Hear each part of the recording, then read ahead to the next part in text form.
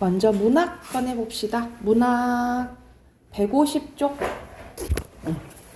우리 저번 시간 이어서 수필이 또 나왔어요. 여기서는 신영복의 당신이 나무를 더 사랑하는 까닭이거든요. 그래서 왜 나무를 사랑한다 했는지 한번 바로 봐볼게.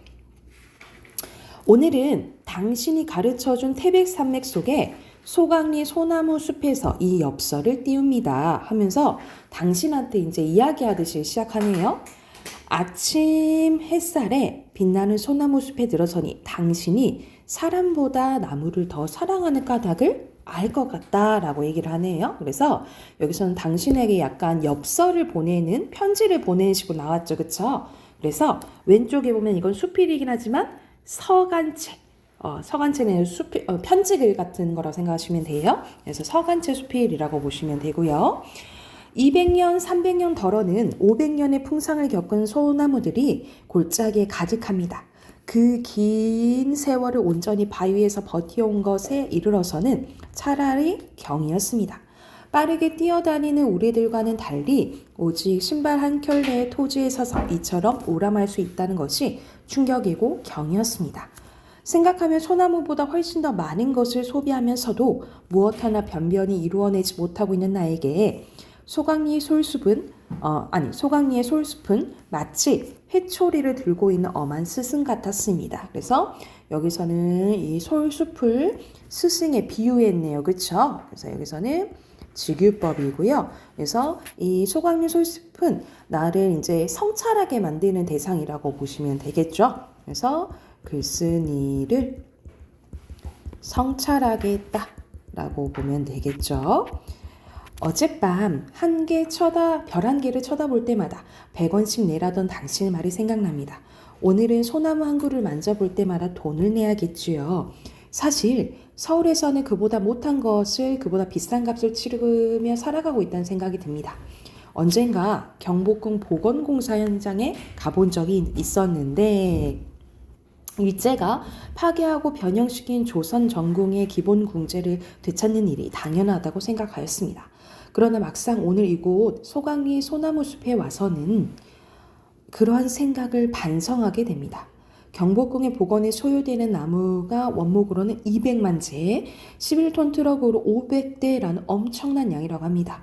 소나무가 없어져 가고 있는 지금에 와서도 기어이 소나무로 복원하는 것이 무리한 고집이라고 생각됩니다. 그러니까는 복원하는 거는 당연히 복원해야지 문화재니까 이렇게 생각했는데 사실 거기에 들어가는 것들을 생각을 하니까 무리한 고집이라고 생각이 들었다라는 거예요. 그러니까는 이렇게 자연을 고려하지 않는 것을 깨닫게 된 거죠. 이렇게 수많은 소나무들이 베어져 눕혀진 광경이라니 감히 상상할 수가 없습니다. 그것은 이를테면 고난에 찬 몇백만 년의 세월을 잘라내는 것이나 마찬가지입니다 하면서 여기서는 인간이 너무 마음대로 자연을 함부로 하는 것에 대해서 이제 얘기를 하는 거지, 그치? 우리가 생각 없이 잘라내고 있는 것이 어찌 소나무만이겠습니까? 소나무만이 아니다 이 말이죠, 그렇죠? 서리법 나왔고요. 없어도 되는 물건을 만들기 위해서 없어서는 안 될 것들을 마구 잘라내고 있는가 하면 아예 사람을 잘라내는 일마저 서슴지 않는 것이 우리의 현실이기 때문입니다. 그래서 여기서는 소나무뿐만 아니라 다른 것도 마찬가지다라는 거죠. 그래서 이 소나무의 일뿐만 아니라 이걸 인간의 삶에 확대 적용했다라고 보시면 돼요. 다른 것들도 마찬가지다라는 거지. 우리가 살고 있는 이 지구 위의 유일한 생산자는 식물이라던 당신의 말이 생각납니다. 동물은 완벽한 소비자입니다. 그 중에서도 최대의 소비자가 바로 사람입니다. 사람들의 생산이란 고작 식물들이 만들어 놓은 것이나 땅속에 묻혀 있는 것을 파내어 소비하는 것에 지나지 않습니다. 쌀로 밥을 짓는 일을 두고 밥의 생산이라고 할 수 없는 것이나 마찬가지입니다. 생산의 주체가 아니라 소비의 주체이고 사람이 급기야는 소비의 객체로 전락학되고 있는 것이 바로 사람입니다. 자연을 오로지 생산의 요소로 규정하는 경제학의 폭력성이 이 소강리에서만큼 분명하게 부각되는 곳이 달리 없을 듯합니다. 하면서 지금은 이제 인간의 삶에 대해서 이제 비판하는 거라고 보시면 되고요. 한쪽 더 있거든요. 뒤로 넘기면 자 뒤로 넘겨서 삼판이라는 사람들은 여기서 삼판일은 나무 베는 일을 얘기하네요. 이 삼판이라는 사람들은 큰 나무를 베어낸 그루터기에 올라서지 않는 것이 불분율이라고 불분율로 되어 있다고 합니다. 그러니까 바로 마음대로 이 나무 위에 올라가지 않는다는 거예요. 잘린 부분에서 올라오는 나무의 노기가 사람을 해치기 때문입니다. 어찌 노하는 것이 소나무뿐이겠습니까? 소나무뿐도 아니다라는 거죠. 여기도 설이에요. 온 산천의 아우성이 들리는 듯합니다. 당신의 말처럼 소나무는 우리의 삶과 가장 가까운 자리에서 우리와 함께 풍상을 겪어온 혈육 같은 나무입니다. 말 그대로 가족 같다라는 거죠. 그치? 사람이 태어나면 금줄에 솔가지를 꽂아 부정을 물리고 사람이 죽으면 소나무 관 속에 누워 솔밭에 묻히는 것이 우리의 일생이라 하였습니다. 그리고 그 무덤 속에 하늘 달래주는 것이 바로 은은한 솔바람입니다. 솔바람뿐만 아니라 솔빛, 솔향 등 어느 것 하나 우리의 정서 깊숙이 들어와 있지 않은 것이 없습니다. 더구나 소나무는 고절의 상징으로 우리 보통 소나무는 변하지 않는 거를 의미하잖아요. 그치? 지조절개를 의미하잖아요. 우리의 정신을 지탱하는 기둥이 되고 있습니다. 금강송의 고든 둥치에서뿐만 아니라 암석재의 굽고 뒤틀린 나무에서도 우리는 고든 지조를 읽어낼 줄 압니다. 오늘날의 상품 미학과는 전혀 다른 미학을 우리는 일찍부터 갖고 놓고 있었습니다. 하면서 여기서는 소나무가 우리랑 얼마나 연관되어 있는지에 대해서 나열되어 있다라고 보시면 되고요. 나는 문득 당신이 진정 사랑하는 것이 소나무가 아니라 소나무 같은 사람이 아닐까라는 생각이 들었대. 메마른 땅을 지키고 있는 수많은 사람들이라는 생각이 들었습니다. 문득 지금쯤 서울 거리의 자동차 속에 앉아있을 당신을 생각했습니다. 그리고 외딴 섬에 갇혀 목말라 하는 남산의 소나무들을 생각했습니다. 남산의 소나무가 이제는 더 이상 살아남기를 포기하고 자손들이나 기르겠다는 체념으로 무수한 솔방울을 달고 있다는 당신의 이야기는 우리를 슬프게 합니다. 더구나 그 솔방울들이 싹을 키울 땅마저 황폐해 버렸다는 사실이 우리를 더욱 암담하게 합니다. 그러나 그보다 더 무서운 것이 아카시아와 화렵수의 침습이라니 놀라지 않을 수 없습니다. 척박한 땅을 겨우겨우 갖고 놓으며 이내 다른 경쟁 수요들이 쳐들어와 소나무를 몰아내고 만다는 것입니다. 그러니까 인간뿐만 아니라 다른 것들도 경쟁이 이제 나무들이 있는 거지. 무한 경쟁의 비정한 논리가 뻗어오지 않는 곳이 없습니다. 인간 세계도 마찬가지고 지금 자연계도 마찬가지라는 거죠. 나는 마치 꾸중 듣고 집 나온 아이처럼 산을 나왔습니다. 솔방울 한 개를 주워들고 내려오면서 생각했습니다. 거인에게 잡아먹힌 소년이 솔방울을 손에 쥐고 있었기 때문에 다시 소생했다는 신화를 생각해야 했습니다. 당신이 나무를 사랑한다면 솔방울도 사랑해야 합니다.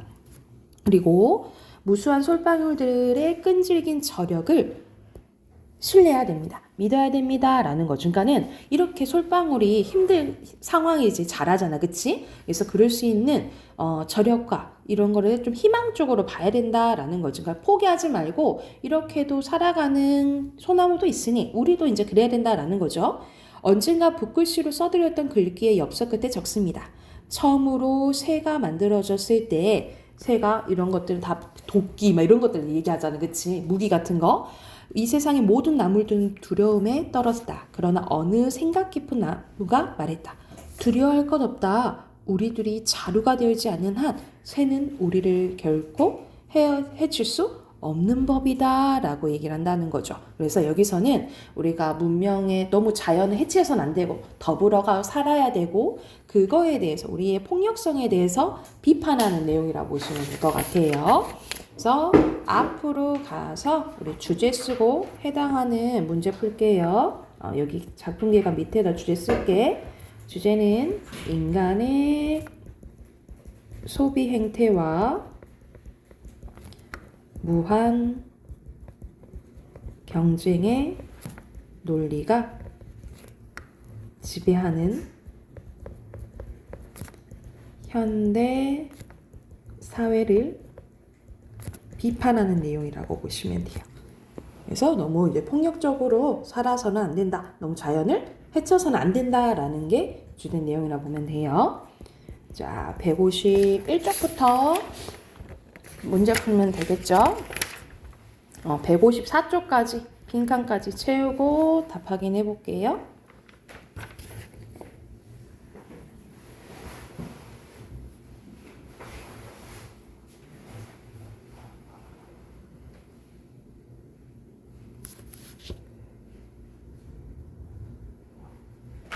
(1번에) 아닌 거 몇 번?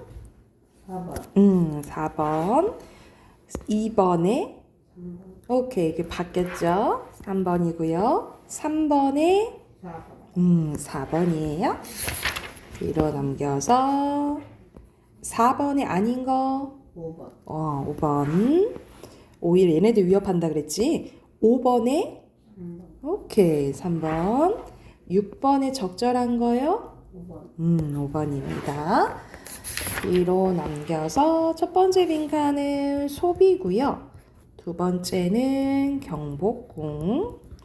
그리고 세 번째는 싹. 그리고 마지막에는 경쟁입니다. 됐나요? 우리 비문학으로 갑시다. 오늘은 빈문학 연나라 2개 풀게요. 오늘은 150쪽, 예술 6, 7 2개 풀게요. 그래서 157쪽까지 푸시면 됩니다. 157쪽까지.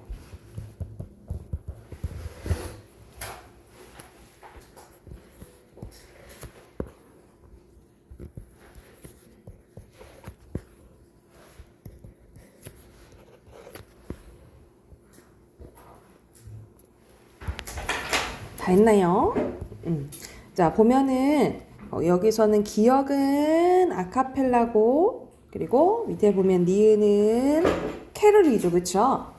여기에 대해서 이제 비교하는 문제가 나오는데 1번에 여기서 비교한 거 적절한 거 고르는 거네, 그죠? 1번에 5번. 그렇지, 5번이고요.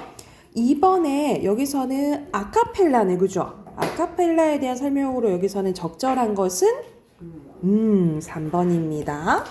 뒤로 가면 문단별로 중심 내용 연결되어 있는 게 나오네요.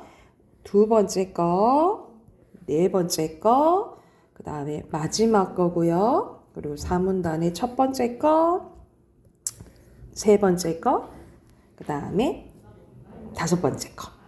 됐죠? 그리고 여기서는 공통점은 뭐예요? 뭐에서 시작한 거야? 종교에 시작한 거잖아, 그치? 그래서 종교음악에서 시작하여 대중에게 널리 사랑받고 있다. 요게 공통점이에요. 당연히 여기 밑에는 아카펠라, 그 다음에 합창, 종교, 민속, 대중음악이고요.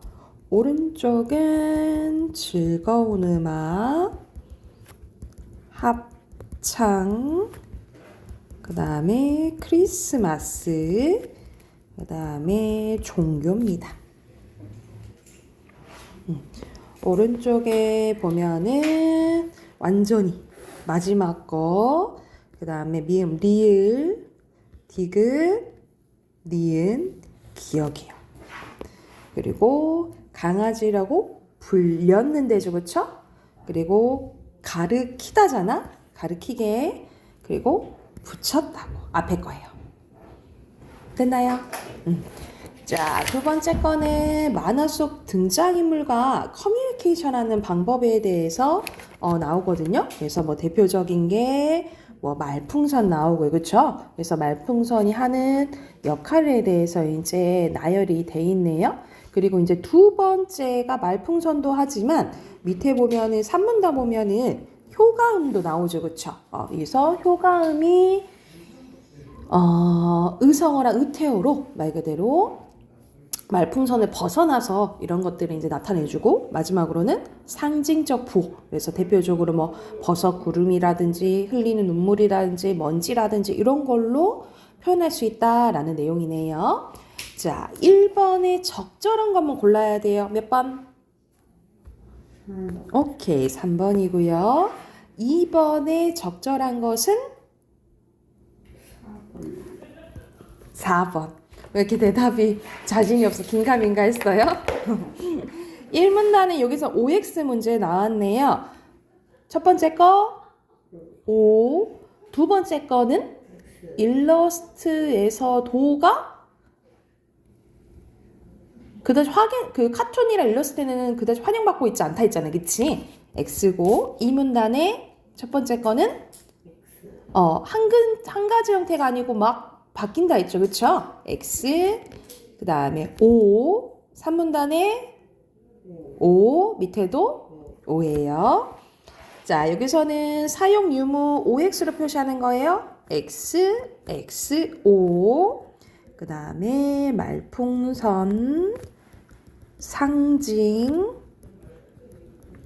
버섯구름, 눈물, 먼지고요. 그 다음에 대화, 내레이션, 여기 레 할 때 어이자예요. 그 다음 마지막 차별화. 오른쪽에 어휘 순서대로 시공, 진보, 일률적, 변형, 이룩하다, 밑에 카툰, 그 다음에 일러스트입니다. 자, 문법. 아마 오늘 문법 하면은 끝날 것 같거든요. 바로 해볼게요. 168쪽이에요. 168쪽. 오늘은 이제 단어들의 의미 관계에 대해서 나오는데, 단어들의 관계에 대해서 나오는데, 168쪽이에요. 이 관계가, 단어들과의 관계가 총 5가지 있거든요. 이 5가지만 알면 돼. 근데 먼저 3가지 나온 거야. 자, 유의관계, 반의관계, 상하관계가 있어요. 유의는 말 그대로 비슷한 관계를 얘기하는 거야. 우리가 똑같은 거는 동의관계인데 완전한 똑같은 거는 찾기가 어렵거든요. 그래서 거의 유의관계라고 얘기를 하는데, 말소리는 다르지만 의미가 서로 비슷한 단어들의 관계를 유의관계를 합니다. 그리고 이 유의관계에 있는 단어들을 유의어라고 해요. 그래서 메아리랑 산울림, 참다랑 견디다, 이게 다 유의어인데, 그런데 이 유의관계에 있는 단어라고 할지라도 의미가 완전히 똑같은 건 아니고 쓰는 맥락에 따라서 달라질 수 있다라고 보시면 돼요. 그래서 여기서 나오죠. 문맥에 따라 서로 대체할 수 없는 경우가 있어요. 그래서 공을 잡다, 도둑을 잡다는 되지만, 공을 쥐다랑 도둑을 쥐다, 그러니까 공을 쥐다는 되지만 도둑을 쥐다는 안 된다라는 거지. 이런 식으로 완전히 똑같이 쓸 수는 없다라고 보시면 돼요. 그러면 우리나라 말은 왜 유의어가 이렇게 발달이 됐냐? 오른쪽 잠깐 봐볼게요. 한자어 외래어 유입으로 인해서 유해가 많아졌습니다. 그러니까 한자어로도 있고 순우리말로도 있고 이제 외래어도 있는 거지. 뭐 예를 들어서 아내, 뭐 마누라, 와이프, 뭐 이런 식으로 부인, 그러니까 아내, 부인, 와이프 이런 식으로 달라질 수 있다 이 말이야. 그리고 경어법 사용으로 유해가 많아요. 존댓말이 또 따로 있기 때문이죠. 그리고 색상을 표현하는 어휘가 발달했습니다. 그래서 우리가 그냥 옐로우에 해당되는 게 노랗다인데, 우린 노랗다도 있지만 노르스름하다, 누르죽죽하다 뭐 이렇게 다양하잖아. 그치? 이런 식으로 색상을 표현한 어휘가 발달했기 때문에 유효가 많다라고 보시면 돼요. 자, 두 번째 바로 갈게요. 두 번째는 반의관계입니다. 반의관계는 의미가 서로 짝을 이루어 대립하는 단어들의 관계, 말 그대로 반대인 거야. 반의관계에 있는 단어들은 말 그대로 반의어라고 하는데요.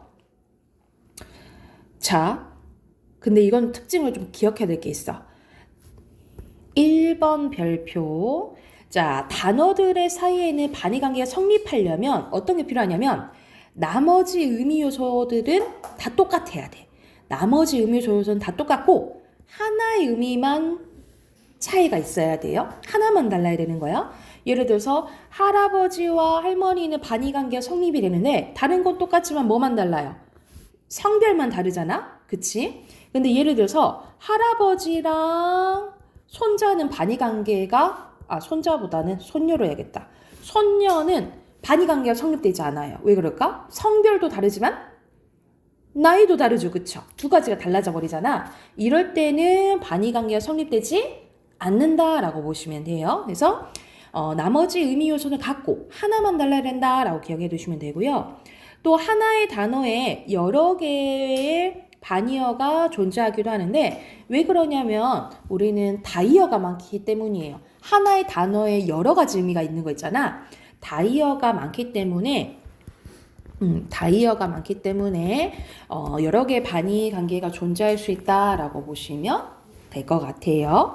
자, 이 반의어의 성립 요소 또 오른쪽에 있는데 동시에 떠올릴 수 있는 단어들이 쌍이어야 되고 하나의 상위 개념에 의해서 묶이는 동등한 위치의 개념이어야 되고요. 서로 배타적인 의미를 갖고 있어야 된다. 이건데 우선은 요거보다는 이제 선생님이 아까 전에 별표 쳤던 거 있죠? 이 첫 번째 걸 저희 좀 기억해 놔야 될 것 같고요. 종류가 세 가지 있거든요. 반의 관계는 세 가지 쓸게요. 첫 번째 뭐가 있냐면 상보 반의어가 있어요. 상보 반의어는 아까 전에 배타적이라 했잖아요. 그치? 그래서 우리가 하얀색,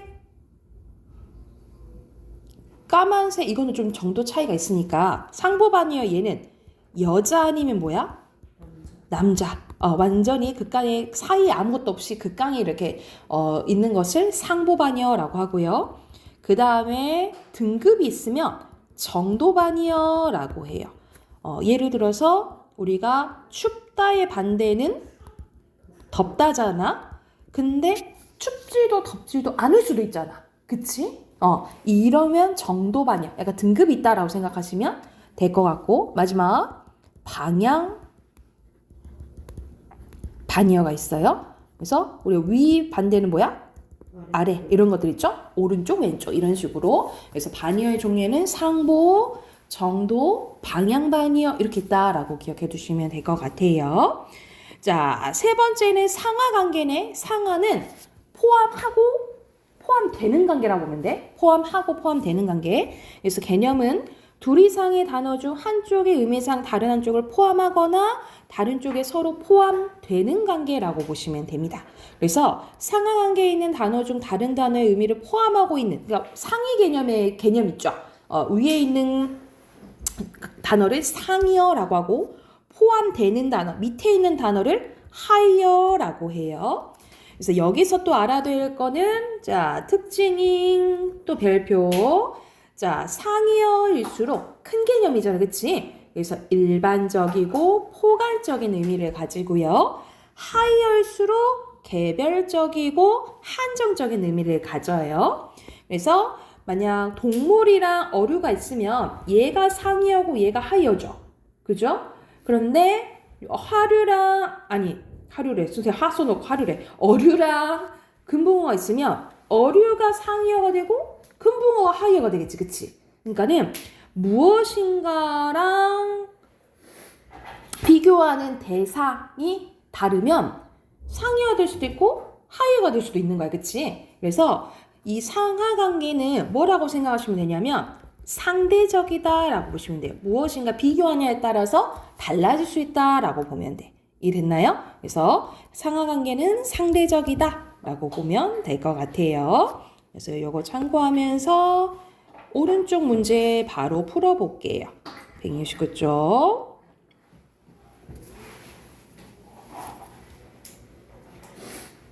자, 바로 답 확인해볼까요? 순서대로. X, O, X. 오케이. 그 다음에 밑에는 아버지, 까마타, 뛰다. 오케이. 갔다. 밑에는 조립, 오케이. 지역발로, 수영, 맞아요. 고등학교. 전자제품, 아니, 여기에 더 상위. 이걸 포괄하는 거.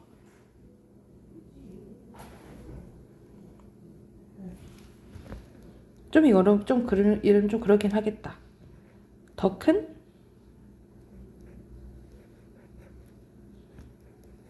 여기는 컴퓨터로 봤네요. 좀 그러긴 하다. 그치? 전자제품 같은데, 그지?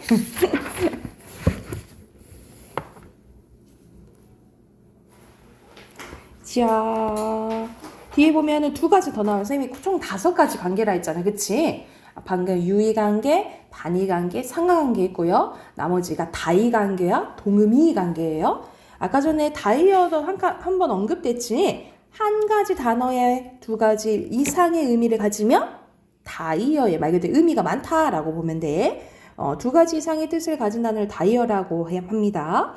그래서 여기서는 만약 머리라는 게 있으면 이게 사전에 수록돼 있으면 1, 2, 3 이렇게 돼요. 그러면 이 1번에 해당되는 거 있지. 이 1번에 해당되는 게 중심적 의미고요. 2번 이상 있죠? 2, 3번은 주변적 의미가 되는 거예요. 그래서 중심적 의미는 다이어의 의미 중 가장 기본적이고 핵심적 의미가 되는 거고 주변적 의미는 중심적 의미에서 확장된 거라고 보시면 돼요. 그래서 얘가 중심적 의미라면 이렇게가 주변적 의미로 사전에 수록된다라고 보시면 될 것 같아요. 오른쪽에는 보면은 잠깐 볼게. 다이어를 쓰면 적은 수의 단어로 다양한 의미를 표현할 수 있어서 경제적이라는 장점이 있지만 그러나 단어의 의미가 모호해서 의사소통 혼란을 주기도 한다. 이렇게 보시면 되겠죠. 그래서 우리가 보통 맥락 그리고 상황에 따라서 해석을 잘 해야 되겠죠. 그죠? 밑에는 동음이입니다. 동음. 소리는 같지만 뜻은 다른 단어를 얘기한 거. 완전 의미가 다른 거지. 그래서 문맥을 통해서 또는 소리의 길이를 통해서 구별할 수 있어요. 그래서 말이 많다 했을 때 와 말이 많다. 길게 발음하면 사람 말이에요. 그리고 말이 많다 하면은 동물 말이에요. 이런 식으로 소리의 길이나 비가 내렸다. 내리는 비, 널쩍한 비. 여기서는 그 빗자루 얘기하는 거죠. 그렇죠? 그래서 이 맥락으로 조금 알아야 되는 경우가 많다라고 보시면 될 것 같아요. 자, 사전에 실리는 형식 차이가 나와 있어요. 자, 다이어는요. 한 번에 수록되는데 이게 중심적 의미라 했지, 그치? 그리고 여기가 주변적 의미라고 보시면 되고요. 동음이어는 각각 다르게 수록이 돼요. 그래서 눈 1, 눈 2 이런 식으로 각각 다르게 수록된다라고 보시면 됩니다. 이해가 됐을까요? 그러면 여기도 바로 옆에 문제 풀어볼게요. 또 순서대로 얘기해볼까요? 1번에 X, 2번에 O, X, O. 첫 번째 거, 두 번째 거, 첫 번째 거, 첫 번째 거, 두 번째 거, 첫 번째 거. 오케이. 자, 순서대로 동 아니면 다네?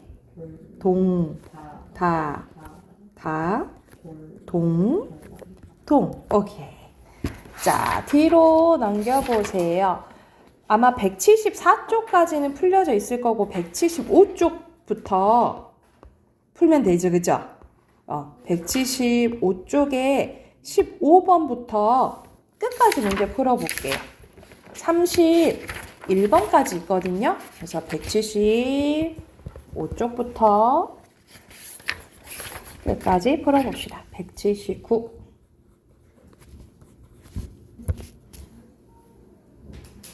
15번에 몇 번? 16번에 2번, 17번에 5번, 5번, 18번에 4번이에요. 19번에 4번, 20번에 3번, 21번에 5번, 22번에 5번, 23번에 2번, 24번에 2번. 2번, 25번에 3번. 3번이고요. 오케이. 마지막 장 26번에 5번. 5번, 27번에 4번. 4번, 28번에 5번. 5번, 29번에 4번. 4번, 30번에 4번. 4번, 괜찮아? 네. 응. 31번에 4번. 4번입니다. 오. 문법은 끝. 혹시 그 선생님이 어머니께 그 교재 문제 보내드렸는데 준비했나요 혹시? 네. 비문학이랑 독해가 비문학이랑 문학이 남아서 이거 마무리하는 대로 새겨주기로 할게요.